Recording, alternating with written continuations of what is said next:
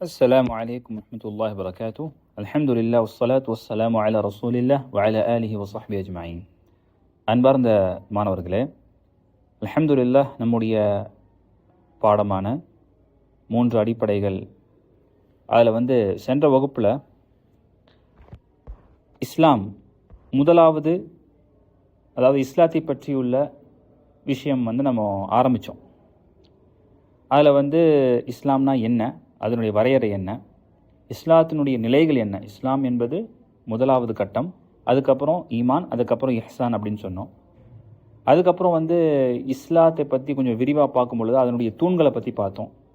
5 தூண்கள் இருக்குது. கலிமா ஷஹாதா, தொழுகை, நோன்பு, ஜகாத், ஹஜ்ஜு. இதெல்லாம் நம்ம மேலோட்டமாக பார்த்தோம்.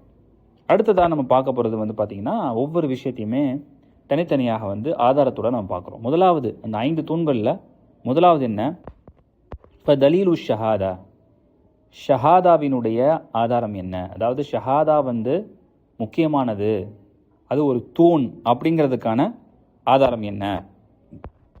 அப்போது அது எப்படி எடுத்தாங்க, இது தூண் சொல்லி எப்படி எடுத்தாங்க அப்படின்னு சொல்லி பார்க்கும் பொழுது 3வது அத்தியாயம் சூரத்து ஆல் இம்ரானுடைய 18வது வசனத்தில் அல்லாஹ் கூறுகின்றான், ஷஹித் அல்லாஹு அன்னஹு லா இலாஹ இல்லாஹு. அதாவது இது ரொம்ப ஒரு ஆழமான ஒரு வசனங்க. அதாவது இந்த ஒரு வசனம் போதும் எவ்வளோ முக்கியம். நம்ம லா இலாஹ இல்லல்லாஹ்ங்கிற வார்த்தை நம்முடைய வாழ்க்கையில் எவ்வளோ முக்கியங்கிறது இந்த ஒரு வசனம் போதும். ஷஹீத் அல்லாஹ், அல்லாஹ் சாட்சி கூறுகின்றான். சுப்ஹான் அல்லாஹ், அல்லாஹ் சாட்சி கூறுகின்றான். என்ன கூறுகின்றான்? நிச்சயமாக லா இலாஹ இல்லாஹு, அவனை தவிர, அல்லாஹை தவிர வேறு யாரும் கடவுள் இல்லை, வணக்கத்திற்கு தகுதியானவன் இல்லை. அல்லாஹ் சாட்சி கூற, அதுவே போதுமானது. வல் மலாயிக்க, மலாயிக்க சாட்சி கூறுகிறார்கள். என்ன சாட்சி கூறுகிறாங்க? அல்லாஹ்வை தவிர வேற வணக்கத்திற்கு தகுதியானவன் வேறு யாரும் இல்லை. வ உலுல் இல்ம், மேலும் கல்விமான்கள், அறிஞர்கள், உலமாக்கள், அவங்க சாட்சி கூறுகின்றார்கள். காயிமம் பில் கிஸ்த், இந்த விஷயங்கள் எல்லாமே நியாயப்படி, நியாயமாக சொல்லப்பட்ட சாட்சிகள், நியாயமாக சொல்லப்பட்ட சாட்சிகள். லா இலாஹ இல்லாஹுல் அசீசுல் ஹக்கீம், அவன்தான் வணக்கத்திற்கு தகுதியானவன், அவன்தான் ஹக்கீமாக இருக்கின்றான், ஞானமிக்கவனாக இருக்கின்றான், அதே போல் அசீஸாக இருக்கின்றான், கண்ணியமானவனாக இருக்கின்றான்.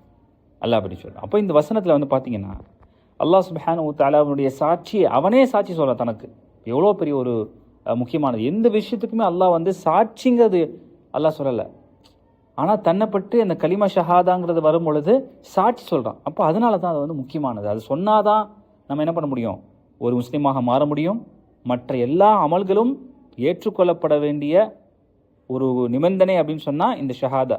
நீங்கள் என்ன வேணாலும் பண்ணுங்கள், நீங்கள் எல்லாமே தொழுவுங்க, எல்லாமே பண்ணுங்கள், பட் நீங்கள் ஷஹாதா மொழியலைன்னு சொன்னால் உங்களுடைய இபாதா ஏற்றுக்கொள்ளப்படாது. நீங்கள் வெறும் மனசில் மட்டும் வச்சுருக்கீங்க அப்படின்னு சொன்னால் ஏற்றுக்கொள்ளப்படாது. மனசில் இல்லை ஆனால் வாயில் சொல்கிறீங்கனாலும் ஏற்றுக்கொள்ளப்படாது. அதாவது ரெண்டுமே இருக்கணும். என்ன சொல்ல வரேன்னு சொன்னால், மொழியவும் செய்ய வேண்டும், மனதில் நம்பிக்கையும் கொள்ள வேண்டும். வெறும் மொழிந்தேன், மனதில் நம்பிக்கை இல்லைன்னா நம்ம என்னது, நஊது பில்லா, அவன் ஒரு முனாஃபிக். மனதில் நம்ம ஏற்றுக்கொண்டேன், மொழியவில்லை என்றாலும் அவன் முஸ்லீமாக இல்லை, அவன் ஒரு காஃபிர். அவங்கதா. அடுத்ததாக என்ன சொல்கிறாங்கன்னா, ஓ மஅனாஹா, அதனுடைய பொருள் என்ன, லா இலாஹ இல்லல்லாஹ் அதனுடைய பொருள் என்ன, அதாவது அதனுடைய லிட்ரல் மீனிங், மொழி அர்த்தம் என்னன்னு பார்த்தீங்கன்னா, லா இலாஹ இல்லல்லாஹ், அல்லாஹ்வை தவிர கடவுள் இல்லை. அப்போ அதனுடைய கடவுள் இல்லைங்கிறது நம்ம ஒரு பேசிக்கான ஒரு எக்ஸ்பிளனேஷன். அதனுடைய ஆழமான எக்ஸ்பிளனேஷன் என்னன்னா, லா மஅபூத பிஹக்கின் இல்லல்லாஹ், இதாங்க அதனுடைய ஆழமான எக்ஸ்பிளனேஷன். அதாவது வணக்கத்திற்கு உண்மையிலேயே தகுதியானவன் அல்லாஹ்வை தவிர வேறு யாரும் இல்லை. அதுதான் அது லா இலாஹ இல்லல்லாஹ்வுடைய அர்த்தம். மொழி அர்த்தம் அவனை தவிர கடவுள் இல்லை. ஆனால் அதனுடைய ஆழமான அர்த்தம் என்ன, விளக்கம் என்ன? வணக்கத்திற்கு உண்மையிலே தகுதியானவன் அவனை தவிர யாரும் இல்லை. ஏன்னா நிறைய பேர் வணங்கப்படுகிறார்கள், அம்மாவா இல்லையா? நிறைய பேர் வணங்கப்படுகிறார்கள், ஆனால் கடவுள் என்று சொல்லப்படுகிறார்கள். ஆனால் வணக்கத்திற்கு தகுதியானவன் யார்? அல்லாஹ் தான். அதுதான் நம்ம லா இலாஹ. அதனால தான் குறைஷியர்கள் என்ன பண்ணாங்க, லா இலாஹ இல்லல்லாஹ் சொல்வதற்கு பயந்தாங்க, தயங்கினாங்க, அவங்களுக்கு பிடிக்கலை. ஏன்னா அவங்களுக்கு அல்லாஹ்வுக்கு பிரச்சனை கிடையாது. அவங்க அல்லாஹ் கடவுள் என்று ஏற்றுக்கொண்டார்கள், அதில் எந்த ஒரு பிரச்சனையும் அவங்களுக்கு இல்லை. அப்புறம் என்னங்க லா இலாஹ இல்லல்லாஹ் சொல்கிறதுக்கு என்னங்க அவங்களுக்கு இது கேட்டிங்கன்னா, ஏன்னா அவங்களுக்கு புரிஞ்சுருந்தாங்க, லா இலாஹ இல்லல்லாஹ்வுடைய அர்த்தத்தை புரிஞ்சுருந்தாங்க. ஓ லா இலாஹ இல்லல்லாஹ் அப்படின்னு சொல்லிட்டோம்னா நம்ம வேறு எந்த கடவுளையுமே அவங்க வணங்குறாங்களே சிலைகள், லாத்து, உஸ்ஸா, மனாத்து, அந்த சிலைகளுடைய பெயர்கள், அது அவங்க வணங்க முடியாது, வணங்கக்கூடாது என்ற அர்த்தம் அது. அது நம்ம புரியல. நம்முடைய மக்கள் என்ன பண்ணல, அது அர்த்தத்தை வழங்கலை. அதனால தான் நம்ம என்ன சொல்கிறாங்க, லா இலாஹ இல்லல்லாஹ் சொல்லிக்கிறாங்க, ஆனால் தர்காவுக்கு போகிறாங்க, தாயத்துக்கள் அணிகிறாங்க, தாபீஸு, ஜோஷியக்காரன், சூனியம், இப்படி எல்லா விதமான ஷிர்கின் பக்கம் அவங்க போகிறாங்க. ஏன்னா அவங்க லா இலாஹ இல்லல்லாஹ்வுடைய அர்த்தம் அவங்களுக்கு சொல்லி கொடுக்கல, அவங்க விளக்கப்படலை. அப்போது அடுத்து சொல்கிறாங்க, வஹத்துன் நஃபி மினல் இஸ்பாத். அதாவது இந்த இடத்துல என்ன சொல்லப்படுதுன்னு சொன்னால், அங்கீகாரம், அதாவது நம்ம அல்லாஹ் தான் கடவுள் என்று நமக்கு சொல்லப்படுது. அங்கீகாரம் எந்த அளவுக்கு இருக்குது, அதே போல் எதை நம்ம ஆமோதிக்கிறோம், எதை நம்ம மறுக்கிறோம், ரெண்டுமே இங்கே சொல்லப்படுது. எதை நம்ம ஆமோதிக்கிறோம்னா என்ன, அங்கீகாரம் கொடுக்குறோம்.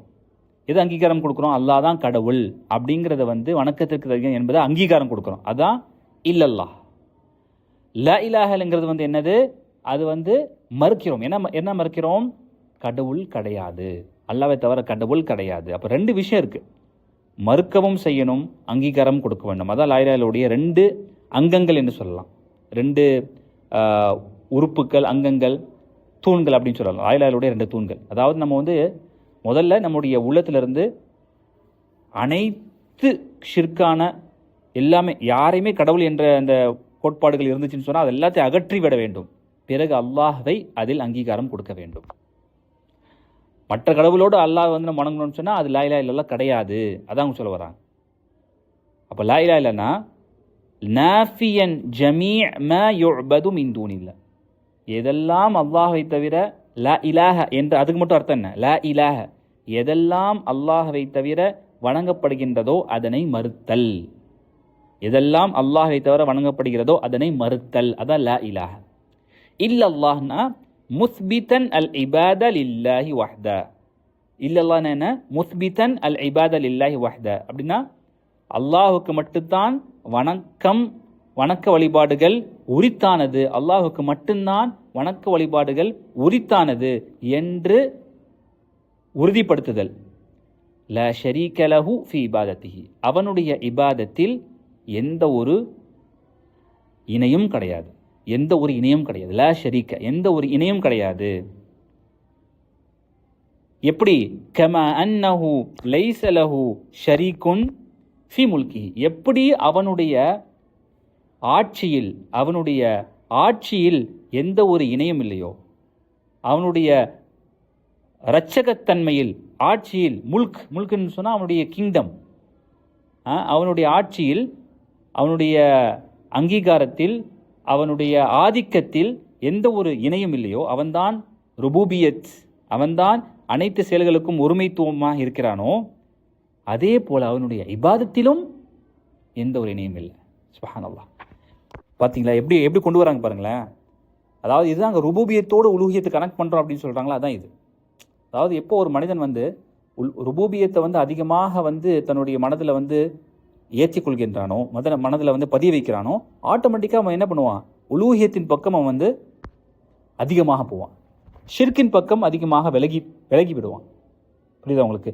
எப்படி அவனுடைய ஆட்சியில், அவனுடைய அங்கீகாரத்தில், அவனுடைய இரட்சகத்தன்மையில், அவனுடைய ருபூபியத்தில் எந்த ஒரு ஷரீக்கும் இல்லையோ, இணையும் இல்லையோ, அதே போல் அவனுடைய உலூஹியத்தில், அவனுடைய வணக்க வழிபாடுகளில், அவனுடைய இபாதத்தில் யாருக்கும் அவனுக்கு இணை கிடையாது, யாருமே அவனுக்கு இணை கிடையாது.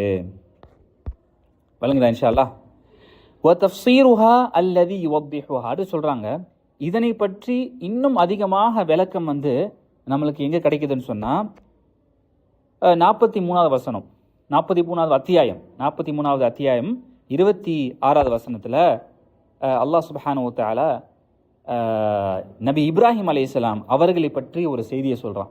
எப்படி அவர்களுடைய உலூஹியத் இருந்துச்சு, எப்படி அவர்களுடைய உலூஹியத், அவர்களுடைய வணக்க வழிபாடுகள் எப்படி இருந்துச்சு அப்படிங்கிறத ஒரு உதாரணம் நமக்கு காட்டுறேன் இன்ஷா அல்லாஹ். அந்த உதாரணம் எப்படி அவர்கள் எப்படி இபாதத் செஞ்சாங்க, அவருடைய உலூஹியத் எப்படி இருந்தது இன்ஷா அல்லாஹ் என்பதை நம்ம அடுத்த வகுப்பில் பார்ப்போம். வ ஆஹிரு தஅவானா அனில் ஹம்துலில்லாஹி ரப்பில் ஆலமீன். அஸ்ஸலாமு அலைக்கும் வரஹ்மத்துல்லாஹி வபரகாத்துஹு.